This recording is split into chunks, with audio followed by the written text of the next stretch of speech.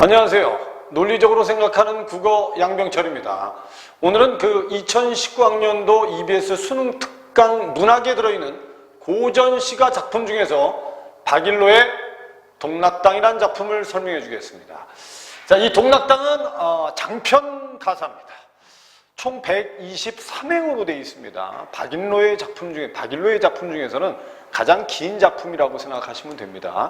그래서 원래 이 동락당의 가장 중요한 특징 중에 하나는 이 동락당의 아름다운 경치가 잘 나타나 있고 거기에서 이연적이라는 사람을 그리워하고 있다고 생각하시면 됩니다. 이게 지문을 분석하면 이따 나중에 알겠지만 이 두 가지가 계속 반복되고 있다고 생각하시면 돼요. 그래서 선생님이 이따 지문 분석할 때 어느 부분이 아름다운 경치에 대한 예찬이고 어느 부분이 이연적에 대한 그리움인지 그걸 여러분들이 정확히 구별해 주시면 됩니다. 그 다음에 선생님이 여기 누앙사하고 선상탄이라는 작품을 썼는데 이 작품을 써놓은 이유는 박일로의 작품 중에서 대표적인 작품이 이 두 작품입니다. 선생님 보기에는 이 동락당이라는 작품보다는 사실 이 두 작품이 출제될 가능성은 더 높습니다. 지금 EBS 수능 특강에는 동락당이라는 작품이 실려있지만 수능 완성이라든지 파이널 문제집에는 누앙사나 선상탄이 실릴 가능성이 높습니다. 작년 EBS 교재에는 이게 실려 있었습니다. 선상탄이. 이 누앙사는 여러분 주제가 뭐냐면 안빈낙도입니다. 이 주제는 좀 알아두세요. 알았죠? 그래서 결국 이제 실적 화자가 가난하지만 자존심이 강한 사람이고 임금에 대한 충도 아주 강한 사람이죠. 전쟁에 나갔다가 결국 집에 돌아오니까 결국 노비들은 분수를 다 잃어버려서 혼자 농사지을 처지입니다. 근데 지금 소가 없어요. 그래서 소주인한테 소를 빌려 갔다 거절당합니다. 그럼 결국 농사를 때려쳐버립니다. 그리고 결국 자연 속에 가서 자기는 무슨 낙도 하겠다? 안빈낙도 하겠다. 그게 누앙사입니다. 이 누앙사는 여러분 꼭 알아둬야 될 작품 중에 하나입니다. 이 선상탄은 여러분 주제가 뭐냐면 우국지정이라고 알아두시면 됩니다. 이 선상탄은 임진왜란 이후에 결국 저 부산 바닷가에서 배를 타고 일본을 경계하면서 나라를 걱정하는 마음을 써는 겁니다. 여기 보면 이제 일본에 대한 적개심이 아주 잘 나타나 있습니다. 됐죠? 그래서 이 두 작품은 사실 이 동락당이라는 작품보다 더 중요합니다. 여러분들 박일로의 작품 하면 누앙사는 필수, 선상탄은 출제 가능성이 그리 많이 높지는 않습니다. 알았죠? 동락당도 선생님 보기에는 수능의 출제 가능성은 그리 높지 않다고 생각합니다. 하지만 학생들은 이 EBS 수능 특강에 이 박일로의 동락당을 조금 현대어 풀이할 때 어렵다고 느끼는 학생들이 있습니다. 그래서 선생님이 오늘 정확하게 현대어 풀이를 해주고 문제를 설명해 줄 테니까 잘 듣고 복습을 꼭 하셨으면 좋겠습니다. 자, 그러면 본문 내용을 한번 봅시다. 선생님이 항상 지문 읽을 때 현대어 풀이를 할 때는 반드시 여러분들이 고전시가에 자주 등장하는 어휘들은 알고 있어야 된다. 그 다음에 한 번 정도 현대어 풀이를 하고 글의 흐름을 알았으면 반복을 해서 여러분들 머릿속에 확실하게 글의 흐름이나 상황을 넣어놓는 것이 좋다. 됐죠? 고전 시간은 여러분들 공부할 때 반복 암기가 좀 필요한 파트 중에 하나입니다. 대체로 보면 고등학교 3학년 학생들이 3등급, 4등급 정도 받으면 대체로 문법이 약하고 고전 문학이 약합니다. 이유는 이제 문법은 이해해서 암기를 좀 많이 해야 되는데 암기하는 걸 좀 싫어하기 때문이고요. 고전 문학이 약한 건 어휘력이 약하기 때문입니다. 그러니까 당연히 내가 2등급, 1등급을 받으려면 문법을 극복해야 되고 고전시가도 반드시 극복을 하셔야 됩니다. 자, 그럼 지금부터 현대어 풀이를 해줄 테니까 잘 듣기 바랍니다. 첫 번째, 푸른 담쟁이에 치고 동락당을 지어내니. 누가 지었겠습니까, 이거? 동락당을 누가 지었겠어요? 이연적이라는 사람이 지은 겁니다. 여러분들이 이 동락당이라는 작품은 좀 낯선 작품이거든요. 그러니까 여러분들 혹시나 3번 문제 보기에 보면 자, 이 동락당이라는 작품에 대한 설명이 좀 있습니다. 그 다음에 몇몇 어휘에 대한 설명이 있죠. 특히 중국 고사와 관련된 어휘들에 대한 설명이 좀 있습니다. 그걸 먼저 읽고 본문을 먼저 읽어도 좋습니다. 그러니까 여러분들이 이렇게 생각하면 돼요. 내가 고전 시가죽에 전에 배웠던 작품이면 그냥 본문을 읽고 문제를 풀면서 보기를 읽고 그냥 선택지를 읽고 답을 찾으면 됩니다. 근데 이렇게 낯선 글들이 나오면 혹시 모의고사를 볼 때 보기를 먼저 읽고 본문을 먼저 읽어도 아주 이해하는 데 도움을 많이 받을 수 있습니다. 그래서 3번 문제 보기에 보면 이 글 자체가 이연적이라는 사람에 대한 그리움이 들어있다. 그리고 동락당의 주변 아름다운 풍경이다 라고 설명을 좀 해놨습니다. 그걸 이제 읽고 본문을 읽는 사람들은 훨씬 더 이해가 좀 편하겠죠. 그래서 푸른 담쟁이에 치고 동락당을 지어낸, 누가 지었다? 이연적이가 지어낸 겁니다. 이해되셨습니까? 그윽한 경치는 전줄 때가 다시 없다. 어디의 경치가 이렇다는 겁니까? 동락당 주변의 경치가 이렇다는 겁니다. 무슨 말씀인지 이해되시죠? 원래 이왕이 지은 제자들을 가르친 서원을 뭐라고 도산서원이라고 합니다. 안동이 있죠. 그 도산서원에 가면 주변 풍경이 아름답습니다. 됐죠? 그거하고 똑같습니다. 이 동락당은 경주에 있는 겁니다. 알았죠? 그러니까 결국 푸른 담쟁이 치고 동락당을 지어낸 누가? 이연적. 그 동락당의 그윽한 경치는 비교할 곳이 없다. 됐죠? 그 정도로 경치가 아름답다. 이 뜻입니다. 그래서 여기서 주로 얘기하는 건 이겁니다.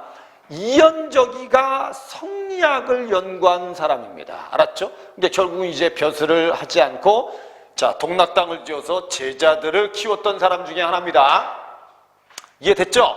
성리학을 공부하면서. 그러니까 결국 이 글에 보면 이 동락당에서 공부하고 있던 이연적의 모습을 그리워하는 장면이 좀 나오고요. 그 다음에 동락당 주변에 아름다운 풍경이 나옵니다. 알았죠? 그 두 가지만 정확히 구별하면 됩니다. 다시 보세요. 푸른 담쟁이에 치고 동락당을 지어내니 그윽한 경치는 견줄 데가 전혀 없다. 현대풀이 되죠? 수많은 긴 대나무, 신에 따라 둘러 있습니다. 이러면 이제 동락당 주변 풍경을 뭐 했다고 보시면 되는 거예요? 묘사했다. 이해됐죠? 묘사한 겁니다. 만권의 서책은 내 벽에 쌓여있답니다. 그러니까 동락당에는 뭐가 많다? 책이 많다. 그러면 동락당 주변의 경치는 정말 아름답고, 알았죠? 동락당에는 책이 많아요. 그럼 아름다운 경치 속에서 이연적이가 제자들과 함께 학문 수양을 했겠죠. 그걸 생각하시면 됩니다. 그래서 밑에 있는 게 왼쪽에는 안증이고 오른쪽에는 유화입니다. 안증과 유화는 다 공자의 제자들입니다. 알았죠? 그래서 왼쪽에 안증, 오른쪽에 유화, 서책을 벗삼으며 시, 읊기를 일삼으니 공자의 제자들이 한가로운 가운데 깨우친 것을 혼자서 즐기고 있다. 요 모습은 여러분들 이연적이가 누구를 가르치는 모습? 제자들과 학문 수양하는 모습을 빗대서 이렇게 표현한 겁니다. 그럼 우리는 이렇게 알 수 있죠. 여기서 안증이나 유화는 누구의 제자가 될 수도 있다. 이연적의 제자가 될 수도 있습니다. 원래는 공자의 제자인데, 알았죠? 그럼 이렇게 보면 되죠. 수많은 긴 대나무 신에 따라 둘러있고 만권의 서책은 내 벽에 쌓여있어요. 이런 동락당에서 이연적이가 제자들과 함께 책을 벗을 삼으면서 시를 읊었어요. 이해됐죠? 그 다음에 한가로운 가운데 한가롭죠. 자연도 아름답고 됐죠? 주변 풍경도 아름답고 동락당에 책이 있고 그러니까 한가롭게 책을 읽으면서 깨우친 것을 혼자서 즐기고 있다.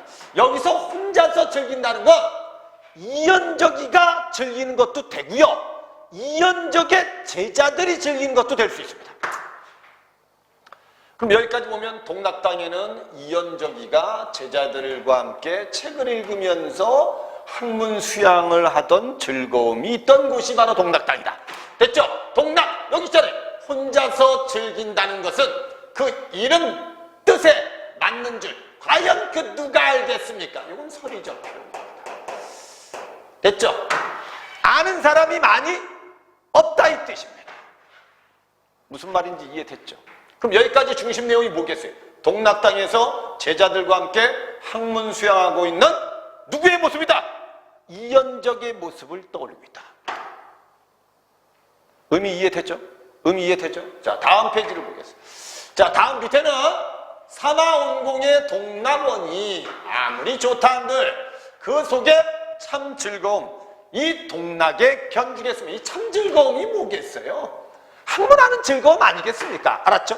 학문하는 즐거움, 이 동락 땅에 견줄 수 있겠습니까? 없다. 이건 서리법입니다. 알았죠? 그래서 이거는 동락 땅하고 동락원을 뭐하고 있다? 비교하고 있다. 이렇게 알아두시면 돼요. 그러니까 결국 여기까지 머릿속에 우리가 알아야 할 건 이것만 알면 돼요. 동락 땅이라는 곳을 이연저기가 지었고 그곳은 아름다운 자연의 풍경이 있고 이연저기는 그 동락 땅에서 제자들과 함께 책을 읽으면서 학문 수양에 뭐를 느꼈다? 즐거움을 느꼈구나. 이것만 알면 됩니다. 이해되셨죠? 상황을 정확하게 이해하셔야 돼요. 밑에 진경을 다 못 찾아서 참다운 경지를 다 못 찾아 양지남에 돌아들었어요. 양지남은 여러분 이걸 어디냐면 동락당이라는 곳의 부속 건물이라고 생각하시면 돼요. 알았죠? 근데 지금 시적 화자는 이연저기는 없어요. 지금 알았죠? 시적 화자는 이연저기가 예전에 제자들과 함께 학문 수양을 했다는 동락당을 찾아간 겁니다. 이해됐죠? 그 동락당에 가니까 어우 너무 아름다워. 이해됐죠? 야, 이곳에서 이연저기가 제자들과 함께 학문 수양을 하면서 즐거움을 느꼈구나. 이렇게 느낀 거예요. 알았죠? 무슨 말인지 이해됐습니까? 그러면서 시적 화자는 동락당을 이렇게 둘러보는 겁니다. 알았죠? 그럼 이렇게 동락당을 둘러보고 주변의 풍경을 보면 정말 아름다워요? 아름답지 않아요? 아름다워요. 그 아름다운 풍경을 볼 때마다 누가 그리워요?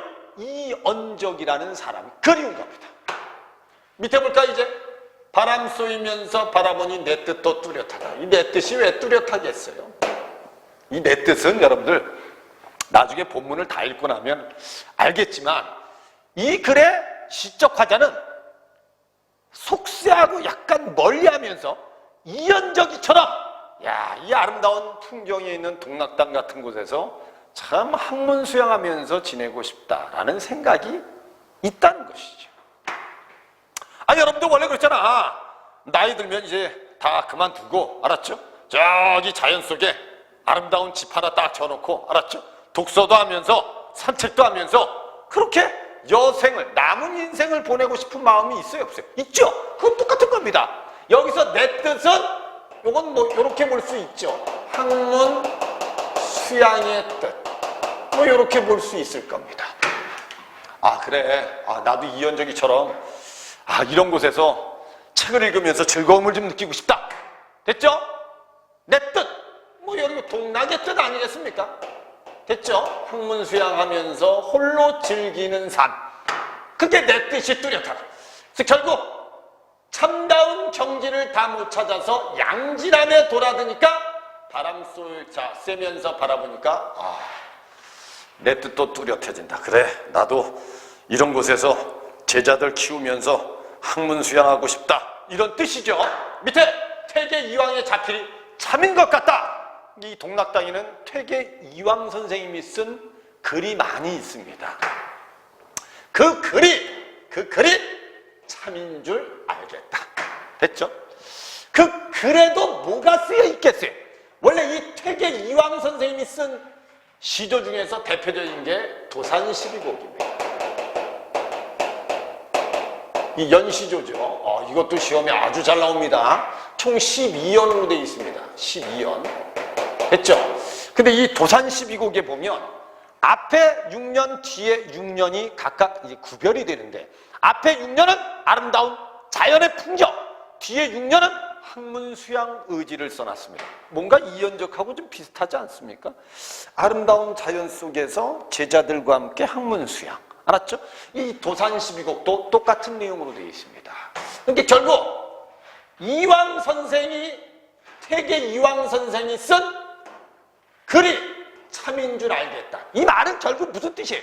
자기도 아름다운 자연에서 제자들과 함께 학문 수양하고 싶은 뜻이 생겼다. 뭐 이런 거 아니겠습니까? 내용 이해됐죠? 이제 밑에 단어대에 내려오니까 이 대는 여러분 뭐 뭐 바위 같은 거라고 생각하시면 됩니다. 관어대에 내려오니까 펼친 듯 반석 평평한 돌에 자치가 보이는, 누구의 자치가 보이는 듯하다? 이 언적의 자치가 보이는 듯하다. 이렇게 알면 되죠. 이런 것들은 대부분 이 언적에 대한 뭐가 있는 거예요? 그리움과 함께 부럽다. 됐죠?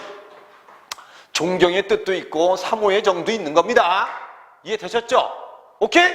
야, 양병철이가 저기 자연 속에 조그만 정자 하나, 집 하나 짓고 거기에 혼자서 책을 읽으면서 즐겁게 살다가 여생을 마쳤어. 알았죠? 근데 내 양병철이 수업을 듣던 제자가 나중에 나이가 들어서 양병철이가 살던 집에 온 거야. 근데 거기 보니까 자연의 풍경이 너무 아름다운 거야. 이해됐죠? 그 풍경을 보면서 야, 양병철 선생님도 이런 아름다운 자연 속에서 책을 읽으면서 즐거움을 느끼면서 생을 마쳤구나. 참 부럽다. 이런 내용이라고 생각하시면 되는 겁니다. 이해되셨죠? 무슨 말인지? 그래서 진어대에 내려오니까 펼친 듯한 평평한 돌에 이연적의 자치가 보이는 듯. 손수 심은 누가 심은 거야? 이연적이가 심은 거죠. 손수 심은 큰 소나무는 옛빛을 띄었다. 옛빛을 띄었다. 변함없는 경치는 결국 옛날에 이연적이가 살아있을 때 경치가 지금도 변함이 없다는 겁니다. 변함없는 경치, 그토록 반갑다. 됐지? 그럼 결국 자연의 아름다움을 보면서 누구를 그리워하고 있다고 보시면 돼요. 이연적이를 그리워하면서 사모하고 있다. 이해됐죠? 무슨 말인지 이해됐죠? 또는 그의 삶을 부러워하고 있다고 생각하시면 됩니다. 이해됐습니까? 다시 봅시다.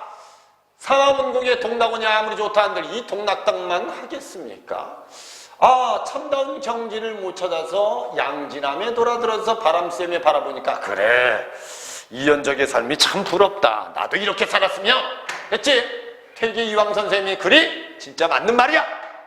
관어대에 내려오니까 펼친 듯 돌멩이 위에 이연적 선생님의 자치가 보이는 듯하다. 손수 심은 소나무는 옛날 빛 그대로고. 됐죠? 자연의 경치도 옛날과 같이 변함이 없다. 이런 뜻이에요. 자기도 이런 아름다운 경치에 참 동락당 같은 집을 딱 줘놓고 제자들과 함께 한가롭게 학문 수양하고 싶은 마음이 왜 없겠습니까? 됐죠? 시적 화자의 마음이 바로 그런 겁니다. 오케이? 이해됐습니까? 자, 그 다음에 밑에 밑줄 친 기역을 보면 이렇게 돼 있죠. 상쾌하고 맑은 기운, 난초 향기 든 듯하다. 그러니까 내가 이제 동락당에 갔다가 양지남에 갔다가, 됐죠? 관어대에 들러서 결국 아름다운 경치와 함께 이연적이의 즐거움을 회고하죠. 됐죠? 얼마나 좋았을까? 그러니까 갑자기 내가 지금 서 있는 이곳이 난초 향기에 든 듯하다 이 뜻입니다. 그래서 상쾌하고 맑은 기운. 지금 얘 머릿속이 지금 상쾌하고 맑은 거야.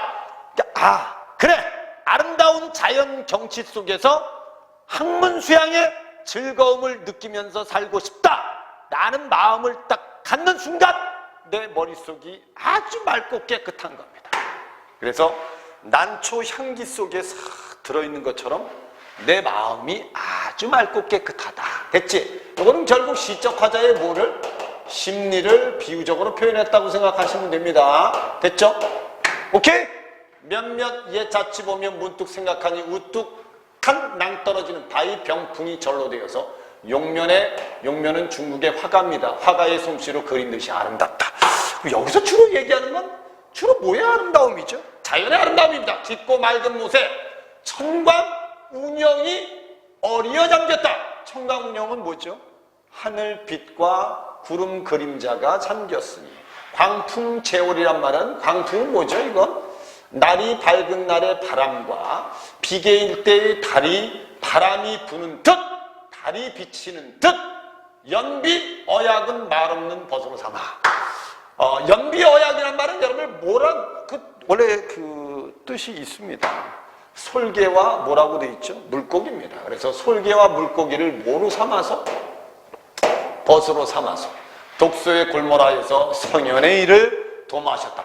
내가 지금 옛 자치를 생각해 보니까 이연적이란 사람이 이렇게 생활했구나, 이런 뜻입니다. 무슨 말인지 이해됐어요?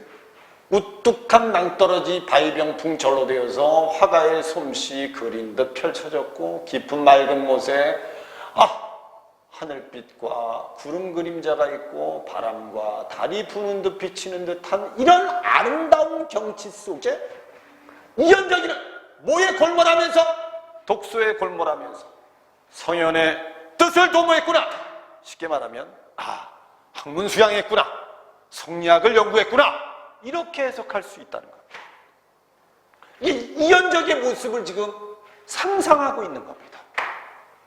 이해되셨죠? 이제 여기서 이제 가끔 이제 엄비여약이다 그래서 솔개하고 물고기가 말없는 벗으로 삼았다 하면 이게 무슨 친화라고 얘기해요. 자연을 벗을 삼았다는 건 무슨 친화의 태도도 있었다, 자연 친화의 태도도 있었다. 이건 이렇게 보시면 돼요. 이연적이 결국 뭐를 벗을 삼아? 아름다운 자연을 벗을 삼아 독서에 골몰하고 성현의 길을 따랐구나, 이런 뜻입니다. 이 동락당은 여러분 딱 두 가지 내용입니다. 이연적이가 아름다운 자연 속에서 학문수양하는 모습을 그리워하거나 부러워한다. 그러니까 결국 아름다운 자연의 풍경, 또 하나 이연적이가 학문수양하는 모습, 이 두 가지 내용이라고 보시면 돼요. 이해되셨어요, 이제? 오케이? 됐습니다. 자, 그 다음에 뒤에 보면 맑은 신의 빗겨 건너 낚시터도 뚜렷합니다. 문노라 갈매기들아 옛일을 아느냐. 엄자능이가 과연 어느 해 한나라로 갔단 말이 가지 않았단 말입니다. 서리법입니다. 이게 무슨 말이냐면 엄자능이 강태공이라고 하는데, 이 엄자능이라는 사람을 한나라 임금이 야, 너 벼슬 좀 해. 그랬더니 싫어. 그리고 이제 낚시터에서 낚시만 했다는 소리거든요. 이것도 다 중국 고사하고 관련된 겁니다. 이해됐죠? 그래서 엄자능이 어느 해 한나라로 안 갔다는 거야. 엄자능이가 가지 않은 것처럼 이연적이도 벼슬길에 가지 않고 제자들과 함께 학문수양의 즐거움을 느낀 사람이다, 이런 뜻입니다. 그럼 이 엄자능이하고 누구하고 동일하다고 보시면 돼? 이렇게 보시면 되는 거예요. 알았죠? 누구하고 동일하다? 이연적하고 동일하다. 됐죠? 오케이? 밑에 이끼낀 낚시터에 저녁 연기 잠겼습니다. 봄옷을 새로 입고 연기대에 올랐습니다. 됐죠? 이 시를 읽다 보면 공간의 이동이 있습니까? 없습니까? 있지요, 그죠? 그리고 봄옷을 입었다는 건 계절감이 있습니다, 분명히. 됐죠? 그래서 이건 계절감을 나타내고 있고요. 연기대에 올랐다는 건 우리가 이제 기행가사 중에 대표적인 관동별곡 같은 거 읽으면, 관동별곡은 여정과 견문과 감상으로 돼 있다 그랬죠, 그죠? 그 여정이 바로 여행 경로인데, 됐지? 이런 것들이 여정에 해당한다고 생각하시면 됩니다. 알았죠? 근데 분명히 이 동락당은 공간의 이동이 있는 시입니다. 됐지? 연기대에 올라보니까 고금 없이 좋은 경치, 맑은 흥이 절로네. 또 경치 또 나와요. 또 경치. 이해됐습니까? 이 좋은 경치, 맑은 흥이 절로납니다. 그러니까 이 단어가 딱 떠오른 거예요. 옛날에 공자의 제자가, 알았죠? 야, 내 자연 속에서 목욕도 좀 하고 시도 읊조리다가 돌아올게. 쉽게 말하면 아름다운 경치 속에서 내가 공부 좀 하고 올게. 이런 뜻이거든요. 그러니까 결국 아름다운 좋은 경치를 딱 보니까 이 중국의 고사가 떠올랐다는 소리입니다. 됐죠? 그래서 풍호영이기를 오늘 다시 본 듯하다. 이해되셨죠? 배 아래 연못에 가랑비 잠깐 지나가니까 옷 같은 넓은 잎에, 됐죠? 이 넓은 잎은, 됐죠? 이렇게 비유한 거죠. 벽옥 같은 넓은 잎에 퍼진 것은 구슬이다. 이 구슬은 어떻게 보면 빗방울이라고 봐야 됩니다. 이렇게 비유한 겁니다. 이해됐죠? 연못에 보면 이제 넓은 잎에 넓은 이제 푸른 잎이 있겠죠. 거기에 이제 빗방울이 떨어지면 물방울이 떼굴떼굴 구르는 것처럼 이제 구슬 같은 빗방울이 푸른 잎에 떨어지거나 구른다는 뜻입니다. 오케이? 이해됐죠? 여기 보면 결국은 또 뭐의 경치를 써놨어요? 아름다운 경치를 또 써놨어요. 됐죠? 그러니까 이 글을 다 읽고 나면 자연의 아름다움, 그 속에서 동락당을 짓고 이연적이라는 사람이 제자들과 함께 성리학을 연구하고 학문 수양했던 그곳에 가서 자기도 그런 삶을 살고 싶다 하고 부러워하면서 그리워하는 거다. 이렇게 상황을 알아두시면 되는 겁니다. 동락당도. 이해되셨죠? 이제? 됐습니까? 표현상의 특징 같은 것도 중요하지만 알았죠? 내용을 일단 정확히 알아두는 게 아주 중요합니다. 이러한 맑은 경치 봄직도 합니다. 염계 가신 후에 몇 해가 지났습니까? 염계가 중국의 성리학의 기초를 닦은 사람이라고 돼 있죠. 결국 염계가 죽은 후에 됐죠? 죽은 후에 몇 해를 지났습니까? 꽤 지났죠. 하지만 변함없는 그 염계의 맑은 향기는 다만 혼자 남았구나. 됐죠? 그럼 결국은 여러분 염계는 죽었지만 그 맑은 향기는 남아있다는 소리입니다. 무슨 말인지 이해되죠? 이 염계도 누구하고 동일하다고 보시면 돼요. 이연적과 동일시대에 있다고 보시면 됩니다. 그럼 이연적이 죽은 지 오래됐다. 됐지? 하지만 그의 맑은 향기는 아직도 남아있다. 됐지? 또는 이연적은 죽었지만 그의 정신은 아직도 남아있다. 이렇게 보시면 됩니다. 이해되셨죠? 안개 빗긴 아래 폭포는 멀리 보이니까 붉은 벼락 높은 곳에 긴 냇물이 흐른다. 폭포가 흐르는 겁니다. 알았죠? 뭐가? 여기 냇물이 걸린 듯하다. 이건 폭포를 비유한 말입니다. 폭포를 비유한 말이다. 향로봉이 그 어디입니까? 여기가 바로 향로봉입니다. 여산이 어디입니까? 여기가 바로 여산입니다. 이 뜻이에요. 알았죠? 요런 건, 봐봐. 요런 건, 이 여산, 향로봉이나 여산은 여러분 다 중국에 있는 건데, 아름다운 여산의 폭포. 우리 관동별곡에서 배우지 않았습니까? 관동별곡에서 12폭포를 보고 나서, 야, 여산의 폭포가 여기보다 낫단 말은 못할 것이다. 그럼 결국 12폭포가 여산의 폭포보다 더 낫단 소리 아니겠어요? 그 내용입니다. 그래서 향로봉이 그 어디냐? 여기다! 여산이 여기인가? 됐죠? 그 정도로 뭐가 아름답다. 여기서부터 여기까지는 폭포가 아름답다. 징심대 구법은 징심대는 마음을 깨끗하게 한다는 뜻입니다. 징심이란 말이 마음을 깨끗하게 하는 곳을 굽어보니 됐죠? 찌든 가슴은 새로운 듯하다. 마음이 내 마음도 맑아지는 듯하다. 적막한 빈대에서 외로이 앉아는 있어요. 나 지금 누구 없이 이연적이 없이 나 혼자 지금 이곳에 외로이 앉아 있습니다. 됐지? 맑은 바람 잔잔한 물에 산그림자가 잠겨 있습니다. 우거진 녹음에 온갖 새가 슬피웁니다. 이 새가 왜 슬피우냐 이야. 이걸 잘 이해하셔야 됩니다. 뒤에 가면 이제 새가 슬피우는 이유가 나옵니다. 이렇게 느낀 이유가 알았죠? 일단 여러분 이 새는 무슨 이입되어 있다? 이렇게 알아보시면 돼요. 감정이 이입되어 있다. 그럼 이 새가 슬피운다고 느끼는 건 지금 분명히 화자도 지금 슬프거든요. 그러니까 새가 슬피운다고 느끼는 거예요. 근데 왜 시적 화자가 슬프냐? 지금 동락당에 왔는데 내가 사모하는 이연적은 있다 없다? 없다. 그리고 지금 나 혼자 있다. 그래서 슬프다. 이렇게 볼 수도 있고요. 무슨 말인지 이해되셨죠? 그 다음에 이제 뒷부분에 가면 속세의 사람들은 맨날 치고받고 싸워요. 알았죠? 그러니까 결국 속세를 생각하면 그곳에 가기 싫다. 나도 이 동락당 같은 곳에서 또는 이곳에서 그냥 학문 수양하고 삶을 살았으면 좋겠다.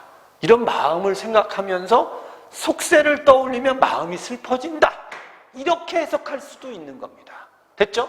그러니까 어떻게 보면 새소리를 슬프게 느끼는 건 이연적이 없이 홀로 있는 자신의 외로움 때문일 수도 있고 속세 사람들의 모습 때문일 수도 있다. 됐지? 여기까지 보면 여러분 내용 충분히 이해되죠? 이제? 내용 이해되죠? 됐습니다. 자, 그 다음에 다음 내용을 보면 자 마지막입니다. 배하고 생각하면서 참된 자치 다 찾았어요. 이게 이연적의 자치를 어느 정도 다 찾아다녀 봤어요. 타경대 연못은 타경대는 지난번에도 얘기했지만 타경탁족이라는 게 있습니다. 알았죠? 물이 깨끗하면 가끈을 씻고 물이 더러우면 발을 씻겠다. 거기에서 온 겁니다. 타경대 연못은 지금 연못은 고금 없이 아주 맑아요. 연못은. 근데 어지러운 속세는 됐죠? 사람들이 서로 싸워요. 됐지? 그러니까 나는 이 맑은 연못에 뭘 씻고 싶다? 가끈을 씻고 싶다. 그럼 결국 사람들이 속세 있는 사람들이 다투니까 그래 이제 속세를 좀 멀리하고 맑은 물에 가끈을 씻으면서 그냥 맑은 마음으로 그냥 살았으면, 이걸 달리 말하면 속세를 멀리하고 이런 동락당 같은 곳에서 그냥 학문 수양하면서 아름다운 자연 속에서 그냥 혼자 즐겁게 살았으면 하는 바람이 들어있는 겁니다. 이해되셨습니까? 이해되셨죠? 그러니까 결국 어지러운 속세 때문에 시적 화자가 슬프고 그것 때문에 새소리가 슬프게 들린다고 느껴도 됩니다. 하지만 일단은 새는 무슨 이입되어 있는 건 맞다? 감정 이입되어 있는 건 맞습니다. 이해되셨죠? 됐죠? 자, 우리가 이 고전 시가 작품 하나를 완벽하게 해석하려면 일단 현대어풀이를 잘하는 것도 중요하고요. 알았죠? 일단 전체 글의 흐름과 상황을 정확히 알아두는 게 중요합니다. 자, 지금부터 맨 앞부분부터 빨리빨리 한번 정리를 다시 해주겠습니다. 푸른 담쟁이에 치고 동락당을 지었어요. 이연저기가 극한 경치는 견줄 데가 다시 없습니다. 정말 경치 아름답습니다. 수많은 긴 대나무가 신에 따라 둘러있어요. 이 동락당의 풍경은 아름답죠. 만권의 책도 있습니다. 됐죠? 그럼 결국 제자들이 됐지?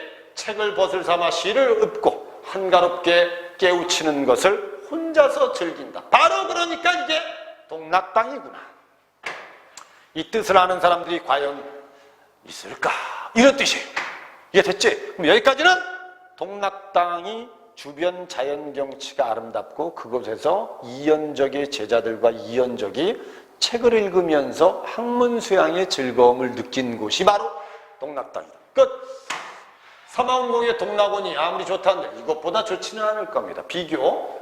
진정한 경지를 다 못 찾아서 양지람에 돌아가서 바람 쐬면서 바라보니까 그래, 나도 이연저기처럼 이런 아름다운 풍경이 있는 곳에 조그만 집을 짓고 학문 수행하면서 살았으면 하는 마음이 아주 뚜렷하게 나타난다는 소리예요. 또는 이제 이연저기가 더 그립다, 이렇게 해석해도 되죠. 퇴계 이황 선생, 아까 얘기했죠. 도산십이고 퇴계 이황 선생도 자연 속에서 결국 제자들과 학문 수양의 즐거움을 느낀 사람이죠. 그 사람의 글을 보니까 거기가 참인 줄 알겠다. 이황의 뜻이 참인 줄 알겠다. 그 다음에 관어대에 내려오니까 펼친 듯 반석, 평평한 도래, 그 이연적의 자치가 보이는 듯 손수 심은 큰 소나무는 옛빛 그대로다. 변함없는 경치도 더욱 반갑다. 됐지? 근데 결국 이연저희가 예전에 살았던 동락당의 아름다운 경치, 지금 내가 보는 경치 똑같다. 이해됐습니까? 근데 누구는 이제 없죠? 이연저기는 없죠. 됐죠? 그러니까 당연히 그 사람이 그리울 수밖에요. 밑에 상쾌하고 맑은 기운, 난초향이 든 듯하다. 됐죠? 내가 이 아름다운 경치 속에 딱 있으니까 마음이 너무 맑고 깨끗해진다. 끝! 몇몇 옛자치 보면서 문득 생각하니까 우뚝한 낭떨어지는 바위병풍철로 되어서 화가의 솜씨로 그린 듯 펼쳐졌고 깊고 맑은 못에 하늘빛과 구름 그림자가 잠겨 있으니 바람과 달이 부는 듯 비치는 듯 결국 솔개와 물고기를 벗을 삼아서 독서에 골몰하면서 성현의 일을 도모한 사람이 바로 누구다? 이연적이다. 그래서 여기서부터 여기까지가 누구를 떠올리는 모습이다? 아름다운 자연의 경치 속에서 학문 수양하고 있는 누구의 모습? 이연적의 모습이다. 끝. 맑은 신에 빗긴 거자 빗겨 건너 낚시터 뚜렷하다. 문너나 갈매기야, 옛일 아니야. 엄자는 연애 한 나라에 가냐? 가지 않았다. 그것처럼 이연적이도 벼슬을 하지 않고 결국 제자들과 학문 수양에 전념했다. 이끼 낀 낚시터에 저녁 연기 잠겼다. 봄옷을 새로 입고 연기대에 올라갔다. 고금 없이 좋은 경치다. 그러니까 아름다운 경치를 보니까 이 이야기가 떠올랐다. 알았죠? 풍호영이귀라는 중국의 고사가 떠올랐다. 됐죠? 아름다운 경치 때문입니다. 오케이? 그러니까 풍호영이귀는 3번 문제 보기에도 있지만 결국은 아름다운 경치 속에서 학문 수양하고 돌아오겠다, 이런 내용과 관련된 내용입니다. 대 아래서 연못에 가랑비 잠깐 꼈다. 아우 넓은 잎에 지금 구슬이 구르는 것처럼 빗방울이 구른다. 됐죠? 이러한 맑은 경치 범직도하다. 염계 가신 후에 됐죠? 염계 가신 후에 염계가 죽은 후에 몇 해가 지났는가? 변함없는 맑은 향기 다만 혼자 남아있다. 됐지? 이 염계도 누구를 이연적과 동일시되어 있다고 보시면 되고, 엄자릉이도 누구하고 동일시되어 있다? 이연적과 동일시되어 있다고 생각하시면 됩니다. 됐죠? 그래서 안개 빗긴 아래 폭포 멀리 보니 붉은 벼랑 높은 끝에 긴 냇물 걸린 듯 폭포가 보이고 이곳이 바로 혁로봉이냐 여산과 같을 정도로 아름답다. 진심대 굽어 보니까 마음이 새롭다. 적막한 빈대에 외로이 혼자 있다. 누구 없이? 이연적이 없이 맑은 바람 잔잔한 물에 산그림자 잠겨 있어요. 우거진 녹음에 온갖 새들이 슬피운다. 슬피우는 이유는 이연적이 없이 나 홀로 있기 때문에 슬플 수도 있다. 됐지? 그 다음에 배하고 생각하니까 그래, 이연적의 참된 자취를 다 찾았어요. 타경대 연못을 아주 맑아요. 그래? 속세 사람들은 다투잖아. 그럼 나도 이연적의 뜻을 따르고 싶다. 이게 전체의 상황이라고 보시면 돼. 이해되셨죠, 이제? 오케이? 됐습니다. 선생님 보기에는 그래서 전체적인 내용을 머릿속에 어떻게 알고 있으면 돼요? 시적 화자가 이연적이가 제자들과 공부했던 동락당을 찾아갔다. 근데 그곳의 경치가 참 아름답다, 아름답지 않다? 아름답다. 그래서 이연적이를 그리워하면서 자기도 그런 삶을 살고 싶다. 이게 바로 동락당의 전체 핵심 내용이라고 보시면 됩니다. 자, 그럼 문제를 한번 보겠습니다. 1번 문제는 윗글에 대한 설명으로 적절한 건데요. 음성상징어는 의성어나 의태어를 뜻합니다. 없지요. 됐죠? 아우. 인물의 대화를 인용해서 갈등을, 이게 소설 아니겠어요? 이런 선택지가 나오면 머릿속에 소설 이렇게 딱 나와야 돼요. 사계절에 계절감은 있지만 사계절의 변화 과정 없습니다. 됐죠? 아우 됐습니까? 동일한 식구를 주기적으로 반복하여서 운율을 형성하고 있다. 동일한 식구의 반복 없습니다. 됐죠? 이게 동일한 식구의 반복하면 살월이 살월이었다, 청산에 살월이었다. 머루랑 다래랑 먹고 청산에 살월이었다. 이 동일한 어구의 반복입니다. 됐죠? 그 다음에 현재의 경험과 중국의 고사를 연관지어가면서 시상을 전개하고 있다. 그럼 답은 뭐예요? 5번밖에 없죠. 이해되셨죠, 이제? 그래서 결국 이연적과 관련된 옛 이야기들, 중국의 이야기들을 떠올리면서 시상을 전개하고 있다. 답은 5번이다. 2번 문제, 발상과 표현면에서 기억, 니은을 비교해 보세요. 이 기억하고 니은을 선생님이 보면 서리법이 있습니까? 없습니까? 없죠, 그죠? 이건 충분히 아는 겁니다. 이해됐습니까? 기억에서 뭐 얘기했죠? 앞에 한번 볼까요? 기억의 내용이 이거죠. 상쾌하고 맑은 기운 난초항에, 이게 결국 내가 아름다운 풍경 속에 있으니까 내 머리가 좀 맑고 깨끗해진다 라는 뜻이에요. 이게 향기에 든 듯하다 하면 무슨 각적 이미지가 들어있죠? 후각적 이미지고요. 알았죠? 전체적으로 비유를 쓴 거 맞습니다. 됐죠? 오케이? 그 다음에 니은을 한번 볼까요? 니은을 한번 볼까요? 니은을 보면 붉은 벼랑 높은 끝에 긴 냇물 걸린 듯하다. 이것도 뭘 쓴 거죠? 비유를 쓴 거죠. 그러니까 비유적 이미지는 다 쓰여 있습니다. 그 다음에 붉은 벼랑이라고 하면 이건 무슨 각적 이미지가 쓰여있죠? 시각적 이미지가 쓰여있습니다. 이렇게 정리하시면 됩니다. 내용 이해되죠? 자, 그럼 문제를 한번 다시 봅시다. 자, 서리적 표현을 활용해서 시적 상황 X, 점층적 표현을 썼다. 됐죠? 기억, 니은 모두 감각적 이미지를 쓴 건 맞습니다. 기억은 후각, 니은은 시각을 쓰고 있다. 기억과 달리 니은은 자연물의 속성에 견주어서, 됐죠? 자연물의 속성에 견주어 화자의, 됐지? 그 다음에 기억과 달리 니은은 시간의 흐름을 드러내면서 변화의 과정을 나타내고 있다. 됐죠? 그럼 답은 이제 3번이다. 이렇게 찾을 수 있어요. 그 다음에 3번 문제 보기에 보면, 자, 아까 선생님이 얘기한 겁니다. 만약에 고전 시가가 모의고사라든지 내가 공부하는 책에 나왔는데 내가 전혀 모르는 낯선 글이다 라고 하면 이렇게 보기를 참고해서 본문을 이해하는 것도 여러분들한테 도움이 될 수 있어요. 알았죠? 이 동락당은 특히 여러분들 그 전체적인 상황 이해를 정확하게 못하는 학생들이 있기 때문에 그래서 이렇게 읽고 본문을 읽으면 좀 도움을 받겠죠. 이 작품은 작가가 조선의 성리학을 정립하는 데 선구적인 역할을 한 이언적이 머물렀던 동락당을 찾아가 이언적을 흠모하는 마음을 지은, 이게 다 이해되죠, 이제? 본문 해석하니까 동락당은 이언적이 제자들과 함께 머물며 학문에 정진했던 곳이다. 이게 다 이해되죠?